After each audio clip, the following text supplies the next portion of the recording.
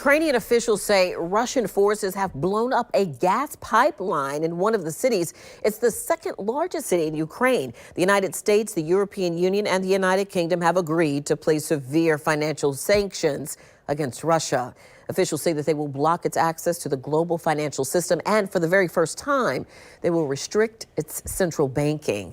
Just a couple of hours ago, a massive explosion was seen in the Ukrainian capital of Kyiv. People have been rushing to leave the nation since the assault was launched earlier this past week. If these sanctions will pass, it would amount to some of the toughest sanctions on any country in modern times. If it's fully carried out, it would severely damage the Russian economy and restrict its ability to import or export goods. U.S. officials said previously announced sanctions have already brought in its currency to its lowest level against the American dollar in history. It also gave the country's stock market its worst week on record. And now let's take a live look. You see there on your screen, this is our South Bank Skycam of the Acosta Bridge. As you see, it's lit up in blue and yellow in support of Ukraine. Jacksonville is one of many U.S. cities showing their support for the country currently being attacked.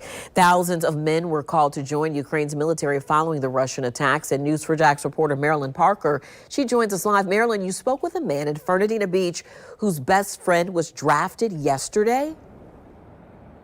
He has quite a few friends in Ukraine right now, many of them who he's known for about 8 years. He says two of his friends and their families were able to make it out of Kyiv, but some of them were told to say goodbye to their families and join the war. William Eckerson didn't want to share his friends' names or faces for this interview. They're in Ukraine, running, seeking shelter, or joining the fight. We're here in Florida. There's not a lot we can do, but, our minds and hearts are with them. He says they knew this was going to happen for weeks now.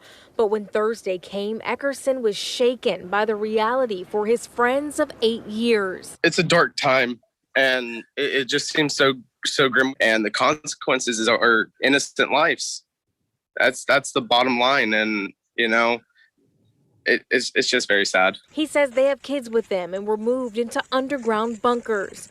On Friday, Eckerson learned two of his friends and their families made it out of Kyiv, but both were instructed to say goodbye to their family and were drafted into the Ukrainian military. He calls them brave, but wishes they didn't have to experience this. No one wants this. No one wants prices going up. No one wants to see people die. And it's hard. Meanwhile, he's asking for prayers, watching his phone and anxiously waiting to hear from his friends. And just moments before we came to you live, we saw a group of people standing here on the bridge or on the Riverwalk looking at the bridge. They told us that they are from Ukraine and they were just admiring what the city has done to show support. Now, coming up tonight on News4Jax at 11, I speak with a mental health expert. She gives some recommendations to those folks who have ties to Ukraine but are over here in America watching what's happening. She gives some recommendations on how to cope and how we can be of support to them. Reporting live tonight, Marilyn Parker, Channel 4, the local station.